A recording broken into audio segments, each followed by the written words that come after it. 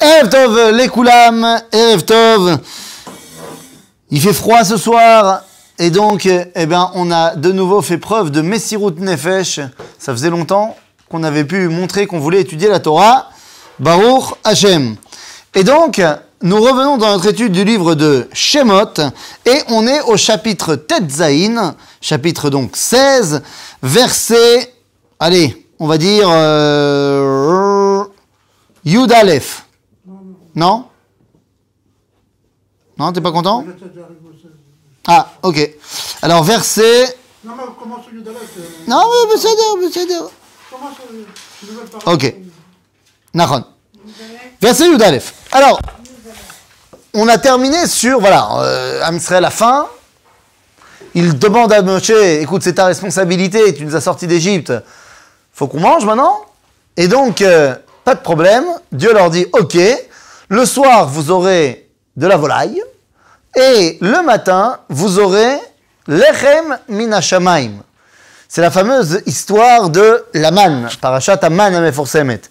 Et on va voir que, cette paracha est très très très particulière. On se rappelle ce qu'on a dit la semaine dernière.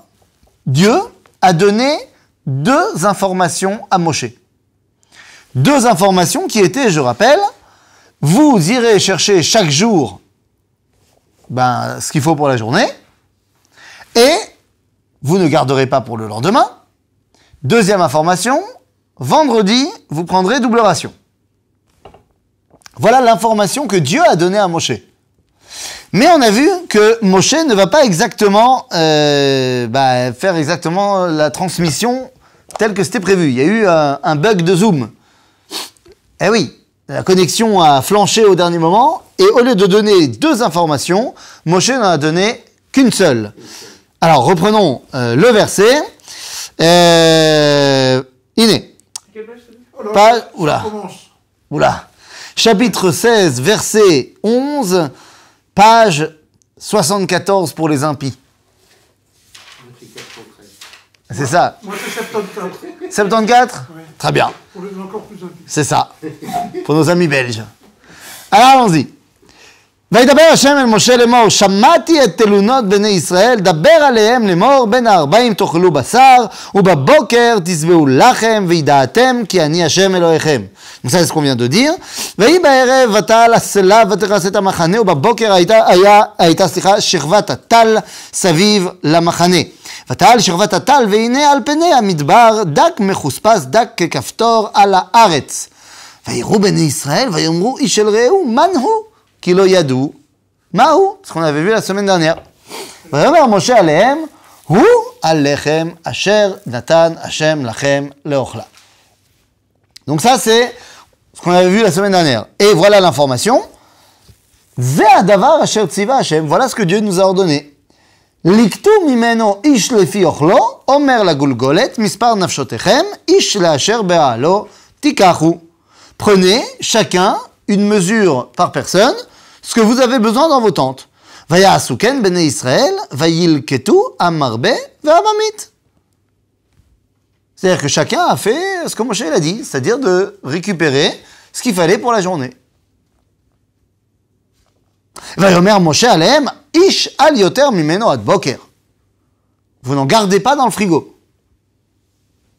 Ok. Et où est la 2e information? Où est l'information du vendredi qu'il faut en prendre double ration? Il n'y a pas. Il a oublié. Bon, alors il a donné quand même une information. Il a dit, vous devez prendre chacun ce que vous avez besoin pour aujourd'hui et ne pas garder au frigo. Qu'est-ce qu'ils ont fait les Bnei Israël? Il ne faut pas généraliser. Ah ok. Alors comment on dit? Que sont faits certains comme ça. Il y a marqué « Velo chamou ». Alors tu dis, soyons sympathiques, ne généralisons pas. Il y avait sûrement 2 personnes qui ont écouté Moshe. Peut-être Aaron et Myriam, même si je ne suis pas sûr. Qu'est-ce qu'ils ont fait les Bnei Israël? Ils ont écouté Moshe? Non. Ben évidemment que non. La malo. Entendu. Quoi? Ils l'ont pas entendu. Comment ça, ils l'ont pas entendu? Le chameau, Il parlait doucement.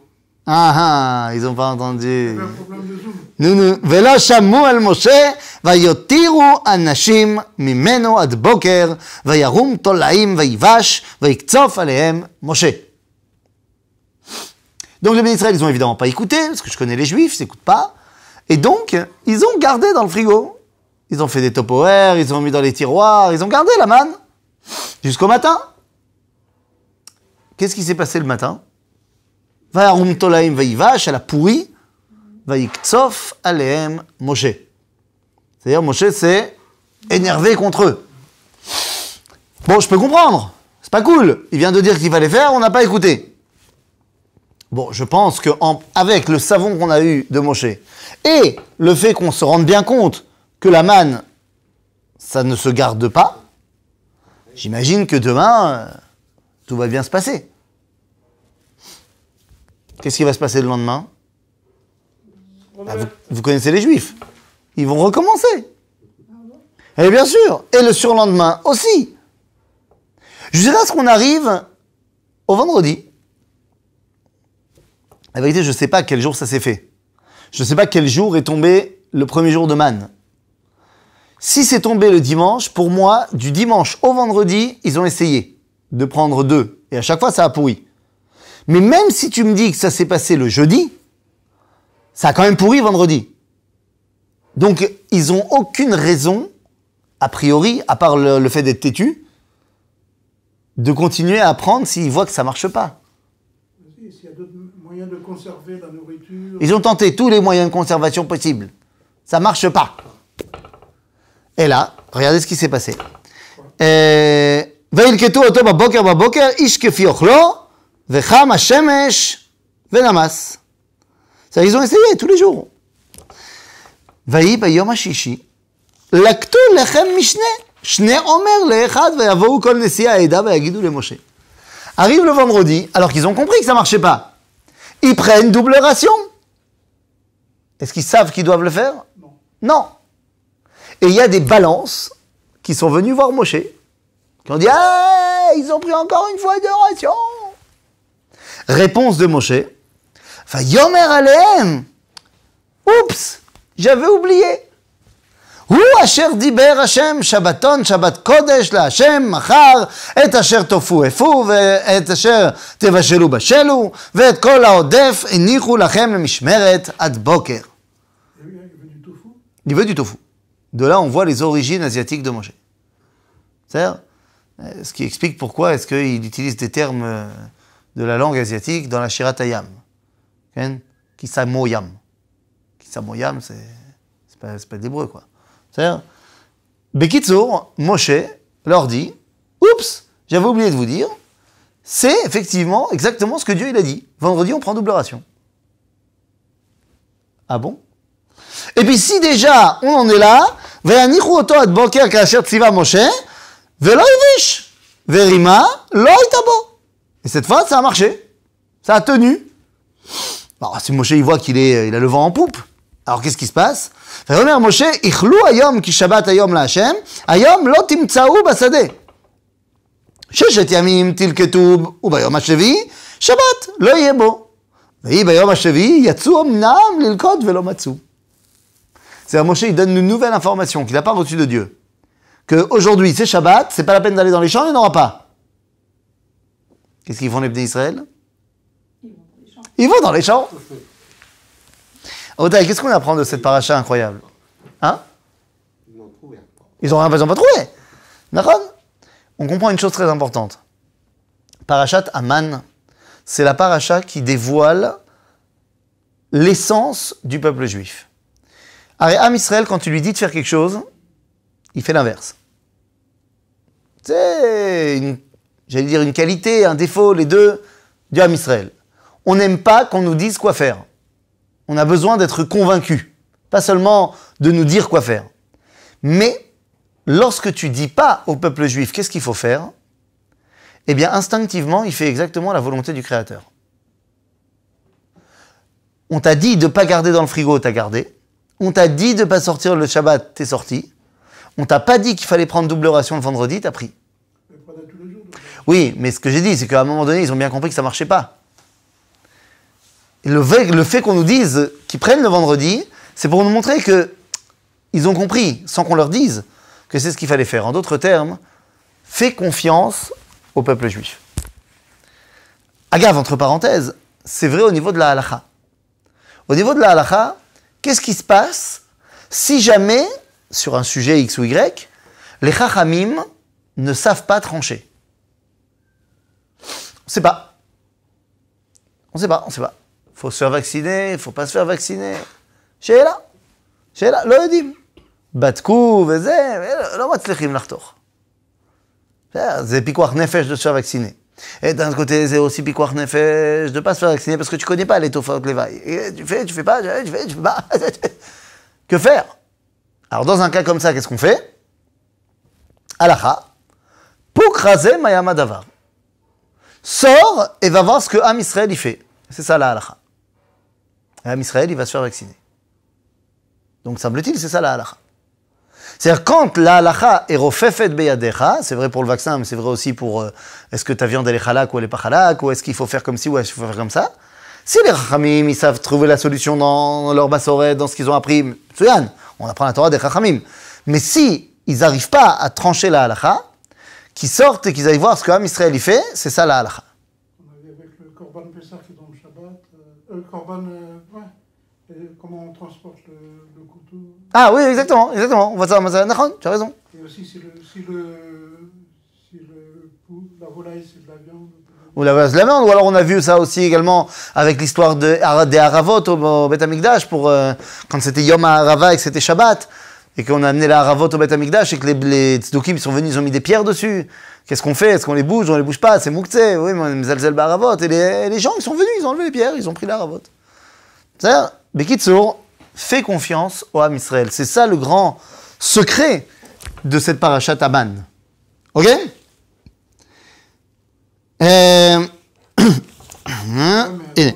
ויאמר השם אל משה עד אנה מאנתם לשמור מצוותיי. Il y a quand même une différence avec les exemples qu'on a cités. Oui. Parce que bon là les chachamim ne savaient pas. Oui.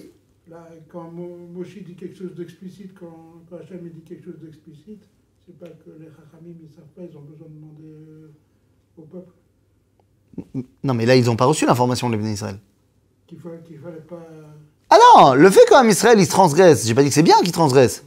J'ai dit que c'est pas étonnant qu'Am Israël, quand on lui dit de faire quelque chose, il n'écoute pas. C'est-à-dire, ça c'est built-in. Mais quand tu lui dis pas ce qu'il faut faire, ce que je dis, c'est que son intuition profonde, c'est de faire ce qu'il faut.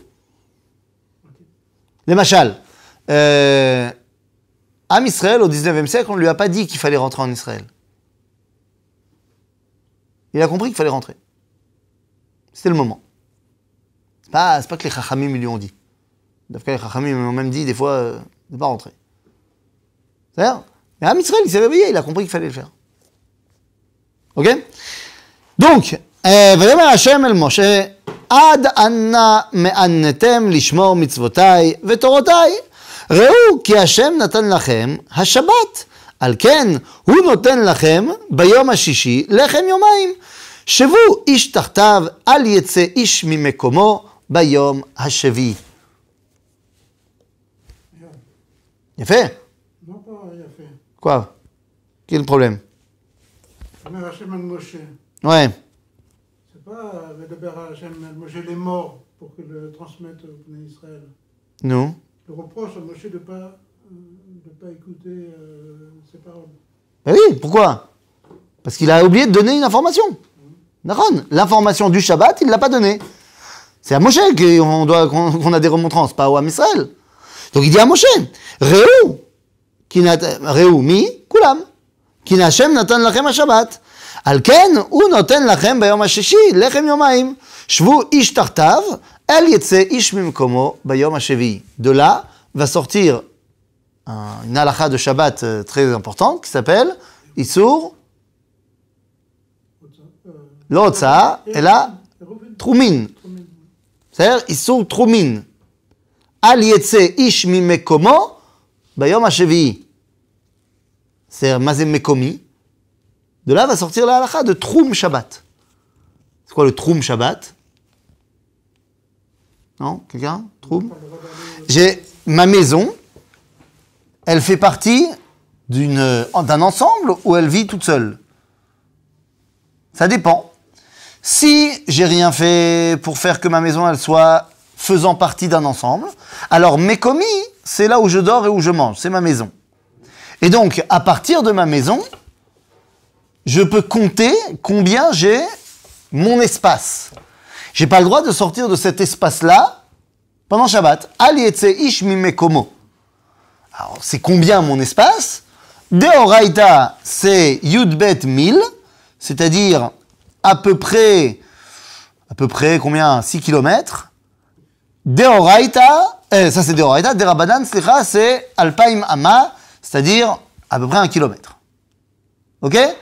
Donc soit 1 km de diamètre, soit 6 km de diamètre Deoraita. Maintenant, est-ce que ma maison, on a dit, elle est toute seule? J'ai pas envie que ma maison soit toute seule, j'habite dans une ville. Donc qu'est-ce que je fais pour que mes commis, c'est pas seulement ma maison? Eh bien, je vais faire en sorte que toutes les maisons qui sont dans la même région s'appellent un seul Khatser. Et donc, en fait, mon troum, c'est toutes ces maisons-là. Et je commence donc à compter les 2000 amas ou les Yud Bet 1000 à la fin de la ville. Ok? C'est ce qu'on va appeler Eruv Khatserot. Et alors, je ne sais pas s'il y a ici à Emouna ou s'il y a dans d'autres communautés. En général, c'est dans la communauté principale, dans la grande synagogue du quartier. Tu as dans des endroits, dans des synagogues, en France, il y avait ça dans la synagogue du quartier. Tu as une boîte avec dedans un paquet de matzot. Et il y a marqué dessus Eruv Khatserot. Personne ne sait ce que c'est. Mais en fait, en vrai, ces matzot, elles sont à tout le monde. Et toutes les personnes de la communauté ont le droit de venir se servir quand ils veulent. Ok? C'est bon ça? J'ai bougé le fil. C'est ce qu'on appelle Eruv Khatserot, c'est ce qui va faire que toutes les maisons du quartier forment une seule et même maison. Et donc je commence à compter pas seulement à partir de ma porte, mais de la fin de la ville. Ça me laisse plus de place. C'est ce qu'on appelle Issour Troumin. Il y a un autre Issour qui vient avec ça, c'est puisque j'ai pas le droit d'aller sortir récupérer de la manne, le Shabbat, la manne je la récupère pas avec mes mains. Je la mets dans un panier, dans un seau, dans quelque chose. Donc, puisque j'ai pas le droit d'aller sortir le Shabbat récupérer de la manne, j'ai pas le droit non plus de sortir de kelim, d'ustensiles, pour aller récupérer cette manne. De là va venir le Issour qui s'appelle Issour... Non, Otsa'a. Otsa'a. De ta maison ou de la... Oui, Autodavar. C'est pas Autodavar. Mais si, ça va être Autodavar, parce que ton Hérouv, après, est-ce que tu vas décider que ton Hérouv va faire que toutes les maisons sont Reshut Hayachid? Oui, attends, mais... Il y a deux choses. À Paris, disons, Oui. il n'y a pas de Hérouv qui me permet de... D'accord, donc tu n'as pas fait à Paris, tu as raison. Là où on n'a pas mis en place de Hérouv Khatserot, Malgré tout, il y a une notion de troumim. à Paris, Tu peux pas, je sais pas, si Ouais. jamais tu te retrouves dans un endroit où... oui. Est-ce que tu peux faire plus de... De toute façon, tu as un trou, même si c'est que ta maison. De toute façon, tu as un trou. À toi. À Paris, c'est tout Paris. Alors, à Paris, c'est tout Paris, parce qu'on a décidé que Miprinat Khatserot, on est tous ensemble. Miprinat Hérouv, c'est-à-dire de Reshut, si tu veux, on n'a pas mis de Hérouv en place parce qu'il y a des goïms au milieu qui ne sont pas d'accord. Ok? Tu leur as pas demandé leur avis, en fait. Et donc, comme tu leur as pas demandé, ils sont pas d'accord, tu sais que ça va pas être possible, Anne Hidalgo, elle est pas d'accord, machin, de mettre des fils un peu partout dans la ville. Donc, au niveau du Reshut, tu peux pas considérer tout Paris comme étant Reshut Hayachid. Donc, il y a deux Issourim Shonim. Il y a Issour Troumin, je parle de sortir de mon endroit, et il y a Issour Otsa'a, c'est de sortir un Kli, mi Reshut le Reshut. Toi, ce que tu dis, Issour Tiltul, c'est autre chose. C'est un truc des Rabbanan, qui est Issour Mouktsé. Ok? Que j'ai pas le droit de l'étaltel Dvarim, que j'ai pas le droit d'utiliser pendant Shabbat. D'accord? C'est encore une autre sugia. C'est pas une question de tiltoul, j'ai pas le droit de sortir un cli, même sans le taltel auto. Juste le sortir de ma maison, si j'ai pas de héros, j'ai pas le droit. C'est pas mouxé, t'as pas le droit de le sortir. Mais donc c'est pas la même chose. Parce que ça s'appelle pas tiltoul. Si j'ai juste sorti mon livre comme ça de ma porte, c'est kvar otsa. C'est pas tiltoul. Si je sors une clé, c'est pas mouxé la clé. Mais c'est pas tiltoul. Ok. Non, tu comprends? Sortir un truc d'un cli, j'ai pas besoin de l'étaltel auto pour avoir quand même transgressé. Issour otsa. C'est dire quoi, Tiltou? Tiltoul, c'est le faire voyager. Mais attends, je t'avais dit qu'on a le droit à 2000. Non, moi, j'ai le droit de me bouger. Ah, quoi, c'est-à-dire qu'on peut pas faire 30 km Shabbat? Non, d'abord, on n'a pas le droit de faire 30 km Shabbat. T'as pas le droit de marcher 30 km? Non, on n'a pas le droit de marcher 30 km Shabbat. À l'extérieur de la ville. Ah, si tu veux marcher en rond 30 km dans la ville, dans ton trou, moi, t'as le droit. Non, par exemple, t'as pas le droit de faire, je sais pas, Neuilly jusqu'à Vincennes. C'est pas 30 Ah, je kilomètres. connais pas bien la géographie et je me tourne vers les Parisiens. T'as pas le droit de faire Metz. Non, t'as pas le droit. Si tu sors de la ville, t'as pas le droit. C'est-à-dire qu'à partir de la limite, d'Afka à Metz, il y a un Hérouve, mais à partir de la fin du Hérouve, tu peux compter 1 km. Zéro. Ok? Donc, on a 3 Issourim Shonim. Troumin, c'est à partir d'un certain endroit, c'est la fin de mon endroit, et à partir de la fin de mon endroit, j'ai 1 km de diamètre où je peux me balader, mais sans rien. Enfin, sans rien, avec mes habits. C'est-à-dire, On n'a pas de livre. hein? On n'a pas le droit au livre. alors. Pas le droit au livre, pas le droit au truc, machin. Là, c'est juste moi. Maintenant, rajoute à ça, il y a un autre débat qui s'appelle Issour Otsa'a, que je n'ai pas le droit de sortir un objet, mi reshut, les reshut. Il y a 2 dimensions de reshuyot dans la Torah qui s'appellent reshut à Yachid, c'est mon domaine privé, merci, et reshut à Rabim, c'est le domaine public. Ok? J'ai pas le droit de sortir un objet du domaine privé au domaine public. Ou du domaine privé à un autre domaine privé, qui n'est pas le même que le mien. D'accord? Comment est-ce qu'ils font les gens qui sont obligés de sortir de leur ville pour aller à Choul pendant Shabbat? Mais ils n'ont pas le droit. Même si c'est dans une grande ville et que c'est collé, genre tu dois aller en banlieue. Encore une fois, tout va dépendre de est-ce que c'est considéré comme étant encore le même trou ou pas. C'est pour ça que je ne peux pas te répondre de manière générale. De toute façon, il n'y a pas de roue. Non, même sans parler du Hérouv. Est-ce que c'est collé dans le sens où c'est considéré comme étant un seul endroit? Non, si on peut aller dans la pratique 2 ans. Oui. Moi j'habitais Nuit. Oui. C'est Ouais. collé au 17e. Oui, C'est comme tout à Paris, c'est collé. oui, Mais c'est pas la même ville. Limitrophe.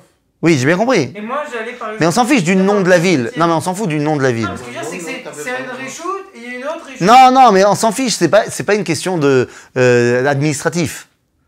C'est à partir de quand c'est considéré comme un ensemble, c'est quand les maisons elles se collent, elles sont touchées les unes des autres. Ça s'appelle un ensemble. La question de 2 villes séparées, c'est que tu vois que c'est la fin d'un endroit et tu marches et puis à un moment donné, il y a une autre agglomération. Entre la banlieue et Paris, tu vois pas la différence, à part si tu la connais. Moi, j'ai mis limitrophe. Oui, bah enfin, c'est collé. Alors c'est pour ça que je te dis, à ce moment-là, va falloir vérifier. Mais dans tous les cas, à mon avis, je connais pas très bien la situation à Paris, mais à mon avis, il y a toujours plus de Alpaïmama, des fois, entre 2 endroits où il n'y a pas vraiment d'habitation. Ça peut arriver à plein d'endroits. Donc je ne connais pas exactement toute la géographie de l'endroit, mais quand tu vas à Sarcelles, par exemple, de Paris jusqu'à Sarcelles, il n'y a pas des habitations tout le temps. Bah si. Non. Tu vois dans le train, à un moment donné, tu prends le train de banlieue, Alors, machin. Des trous ici et là, des forêts, mais genre de manière Ben, générale, à Paris, si les trous ils sont assez grands, ça s'appelle faire une séparation entre 2 endroits. Je suis vraiment pas parisien, donc je peux pas te dire exactement comment ça marche le truc. Je sais pas, mais le concept il est toujours le même de toute façon. Donc effectivement, si c'est à l'extérieur du troum, tu demanderas au rabbin de Paris comment ça marche. Si c'est à l'extérieur du troum, non, j'ai pas le droit d'aller d'un endroit à un autre. Ça c'est la première chose. La deuxième chose, c'est que dans tous les cas, j'ai pas le droit de sortir un objet du domaine privé, qui est le mien, à un autre domaine, qu'il soit privé ou public. Mais ça a l'air. Ça, c'est ce qu'on appelle Issour Otsa'a. J'ai pas non plus de rentrer un objet du domaine public dans mon domaine privé. Ça marche dans les 2 sens. Et il y a, maintenant, Otsa'a, c'est pas que je dois forcément marcher avec. C'est j'ai ma porte, je sors, voilà, et je le donne à quelqu'un qui est sur le pas de ma porte. Ça s'appelle Issour. Mais il y a une autre dimension qui est l'étaltel. L'étaltel, c'est-à-dire de faire voyager, si vous voulez, des objets que je n'ai pas le droit d'utiliser pendant Shabbat. D'accord? Ça marche? Atkan, ça va pas? Yofi. Bon, sauf que on n'a pas encore reçu la Torah. Pourquoi est-ce qu'on nous donne maintenant Ilchot Otsa'a? Vous vous rendez compte que les premières halachot de Shabbat, c'est Ilchot Otsa'a. Ilchot Otsa'a et Ilchot Trumin. Semble-t-il que c'est ça l'essence du Shabbat. Toi, tu aurais pu penser, mais non, c'est Esh, Borer, hein? Parashat Vayakel, on apprend tout le... Esh? Oui, mais Parashat Vayakel, c'est dans le livre de Vaïkra. Dans Sera, n'importe quoi, oulala. Dans la fin du livre de Shemot, mais à la fin. Là, on est dans Béchalach. C'est pour ça que je te dis, la première halakha de Shabbat, on l'apprend ici. Et pourquoi est-ce que la première chose qu'on nous apprend, c'est Ilchot Otsa'a? Ma'asipur, lama, c'est tellement important.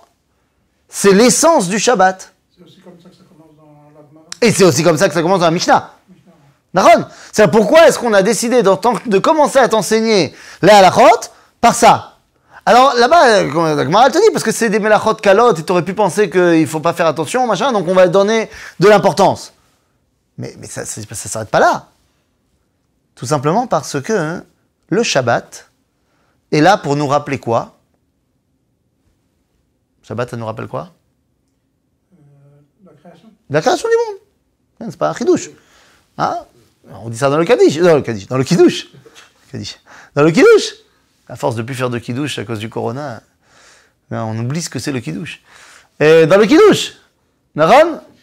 Hein? Oui, on fait ses choix, mais c'est pas pareil. C'est pas pareil. Tu sais bien que ça ne ressemble pas à un Kiddush à la maison et un Kiddush à la synagogue. Bekitsour, qu'est-ce qu'on dit dans le Kiddush? Bah, Oti leolam beni ou benecha ki sheshet yamim asa Hashem. Ou bayam hashevi, Shabbat. C'est-à-dire que Shabbat, c'est Bevadaï en souvenir de la création du monde. Ah, souvenir de la création du monde. Donc comment Dieu il a créé le monde? Ne me dites pas des paroles. Oui, ça je sais des paroles. Mais ce que je veux dire, c'est que avant la création du monde, il y avait quoi? Non, Tovavo, c'est déjà après la création. Non, il n'y avait rien. Il n'y avait rien? Ah, il y avait Dieu. Oui, enfin, Il y avait Dieu, c'est pas rien. pas de création. J'ai demandé, il y avait quoi? Il y avait Dieu. C'est-à-dire, il était grand comment? Il a fait. Donc, c'est-à-dire que tout, c'était son domaine. C'était Reshut HaYachid Shelo. Ok? Il a décidé de créer le monde. On a dit Bereshit bara Elohim. Quand on a commencé à étudier Bereshit, qu'est-ce que ça veut dire? Bara, mis à l'extérieur. Bara, ça veut dire bara, dehors. Donc bara, ça veut dire mis à l'extérieur. Il a sorti le monde. De quoi? De qui? De lui. Donc, la première chose que Dieu a faite pour créer le monde, c'est Otsa'a. C'est la melacha de Otsa'a. Donc, si tu veux acquérir la Kedusha du Shabbat, la première chose que tu dois t'arrêter de faire, bah, c'est la première chose que lui, il a arrêté de faire. Otsa'a. D'accord? Donc, c'est pour ça que c'est ça l'essence du Shabbat. Ok? Atkan? Ça va?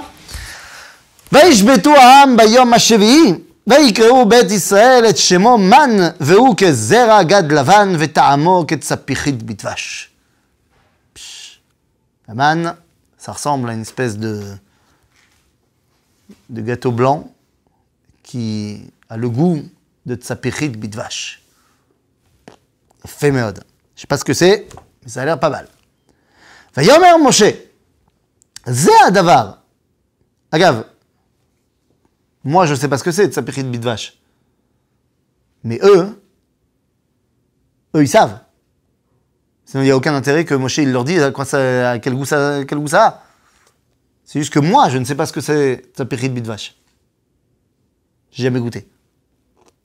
C'est-à-dire, Mais comprenez bien que les mots de la Torah sont donnés à des gens qui comprennent ce à quoi on leur parle.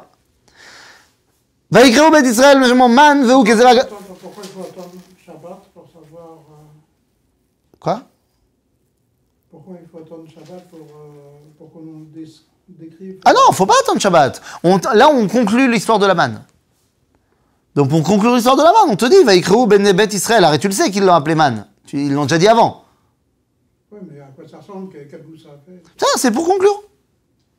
C'est pour conclure l'histoire. ויאמר משה, זה הדבר אשר ציווה השם מלוא האומר ממנו למשמרת לדורותיכם, למען יראו את הלחם אשר האכלתי אתכם במדבר, בהוציאי אתכם מארץ מצרים. Donc Moshe, il va remplir une tzintzenet, je sais pas, un cli, comme ça, de manne, qu'il gardera le mishmeret לדורותיכם. C'est-à-dire, où est-ce qu'elle est cette tzintzenet? Baaron Abrit. Ou à côté, Marloquet. Est-ce qu'elle est dedans ou à côté? Comment ça se conserve alors que ça ne se conservait pas 2 jours jusqu'à présent? Donc toi, tu poses une question d'agronomie, alors que à la base, c'est quand même un miracle, cette manne. Donc si Dieu il a envie de la conserver dans la tzintzenet, je pense qu'il se débrouillera. C'est-à-dire, yé beseder. Donc cette tzintzenet, elle est dans la Aaron Abrit, et faut chez où? En dessous du Har Habayit, quelque part. Ok? ויאמר משה אל אהרון, קח צנצנת אחת ותן שמה מלוא האומר מן, והנח אותו לפני השם למשמרת לדורותיכם. כאשר ציווה השם אל משה, ויניחהו אהרון לפני העדות למשמרת. Donc c'est ce qu'on avait de dire. Il a mis, alors Marloquet on a dit, soit dans l'Aaron, soit à côté du Aaron Abrit. Et c'est une initiative de Moshe en fait. Narod. Il n'a pas reçu l'ordre d'Akadosh Baruch Hu. C'est מה שנקרא הלכה למשה מסיני. בסדר? ובני ישראל אכלו את המן 40 שנה, עד בואם אל ארץ נושבת. את המן אכלו עד בואם אל קצה ארץ כנען, אל קצה ארץ כנען.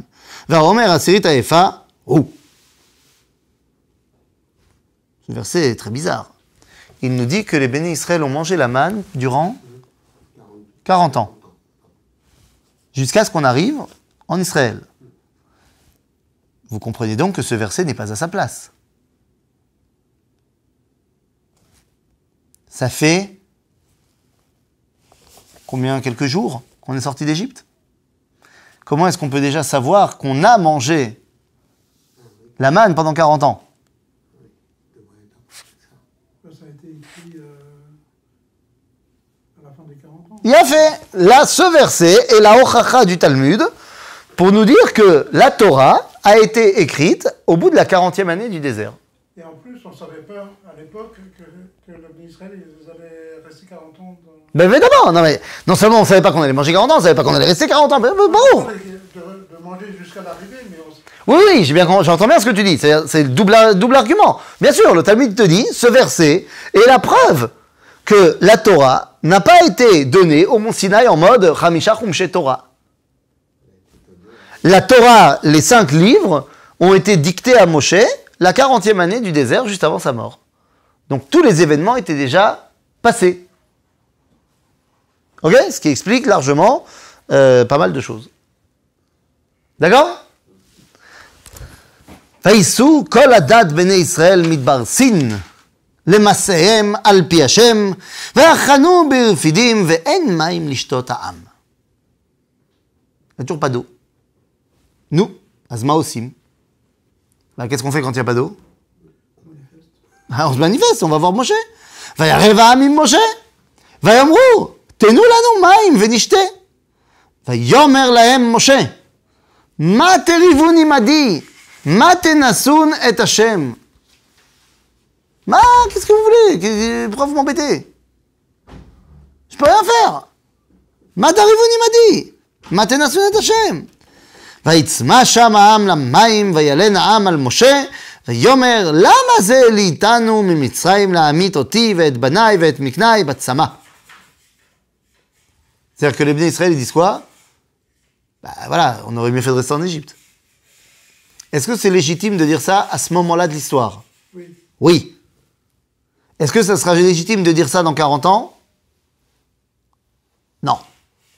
Et on verra que dans 40 ans, il y aura le même problème et on aura la même argumentation. Seulement là-bas, ce ne sera pas légitime et ici, ça l'est. Ok? Donc que faire? Eh bien, Vaïtsak, Moshe, El Hashem, les morts. Ma esse la mazé od meat uskaluni. C'est ce que je vais faire. Dans 2 secondes, ils vont me lapider. Réponse de Dieu. Mais qu'à cela ne tienne. Ne t'excite pas.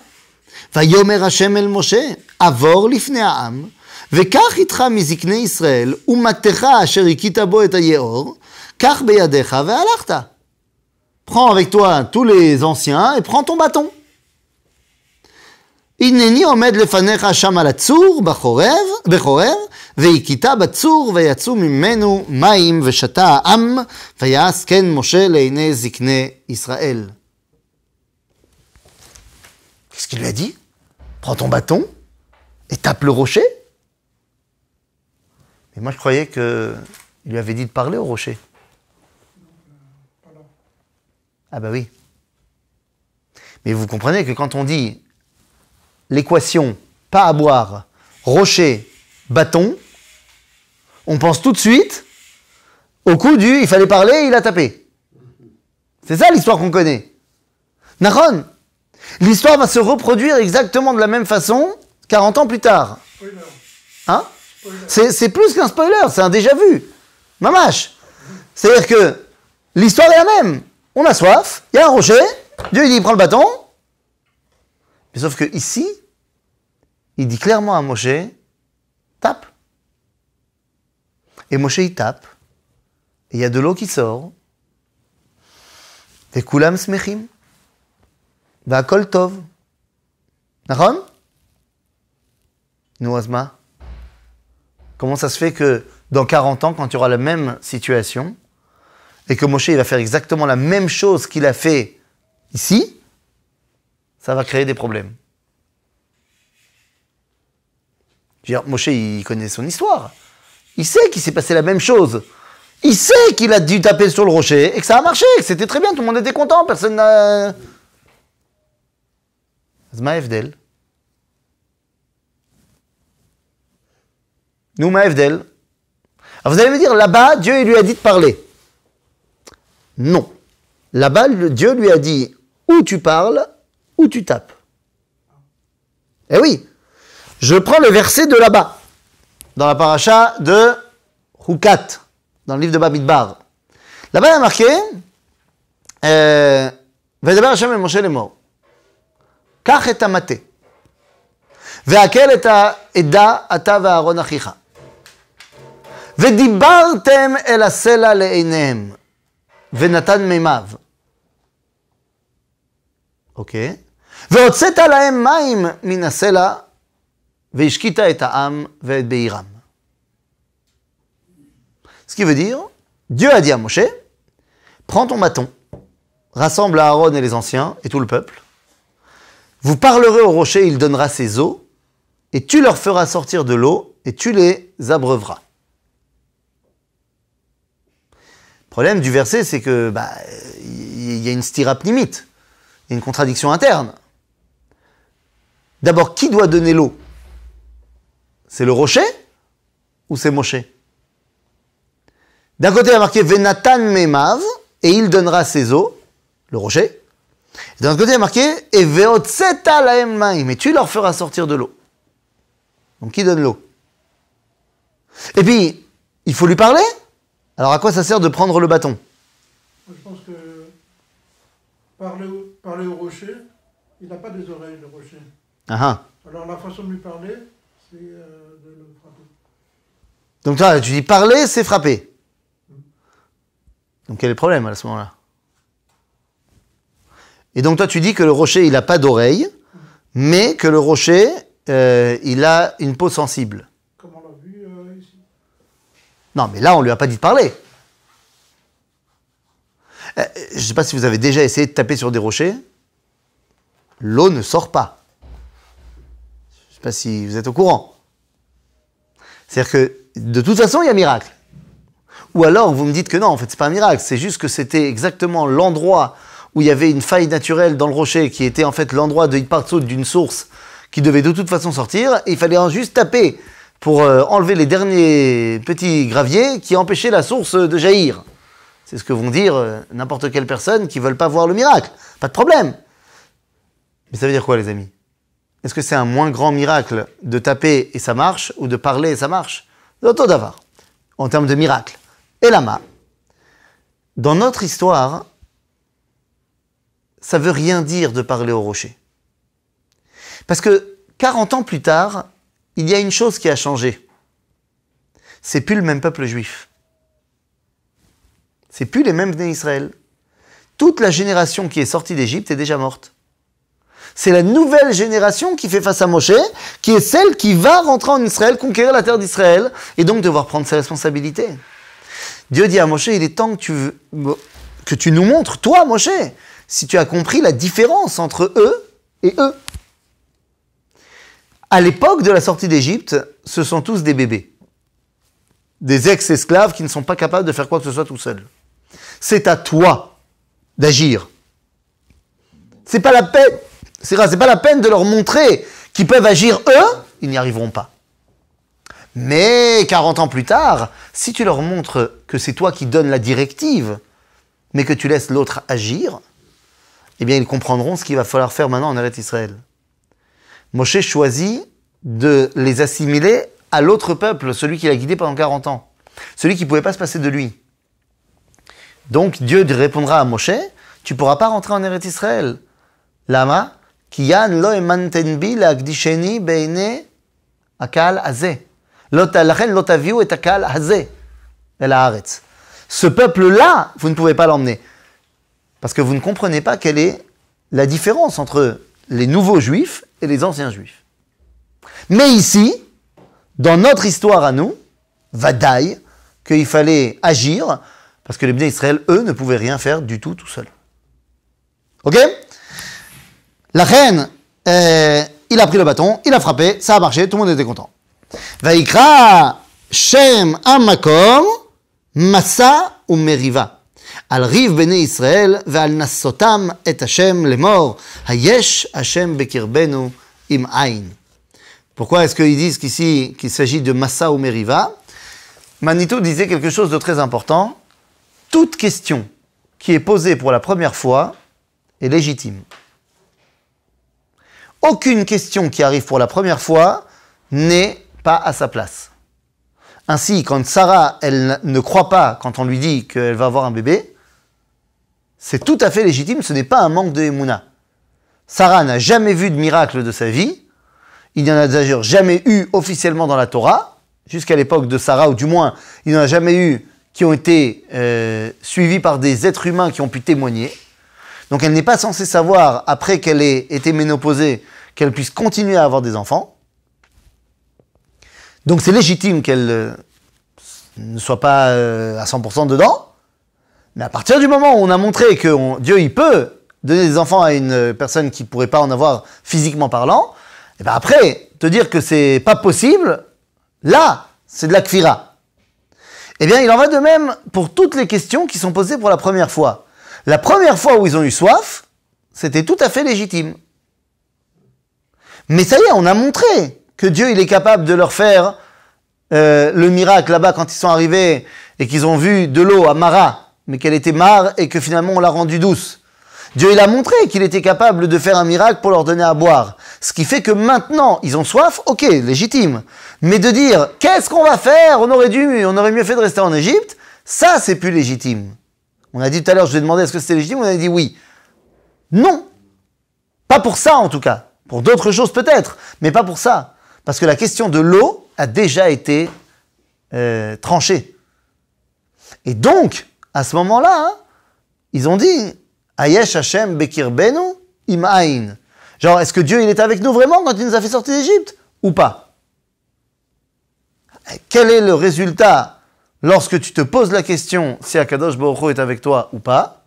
Eh bien, c'est ce que nous verrons la semaine prochaine. Chazak Baruch.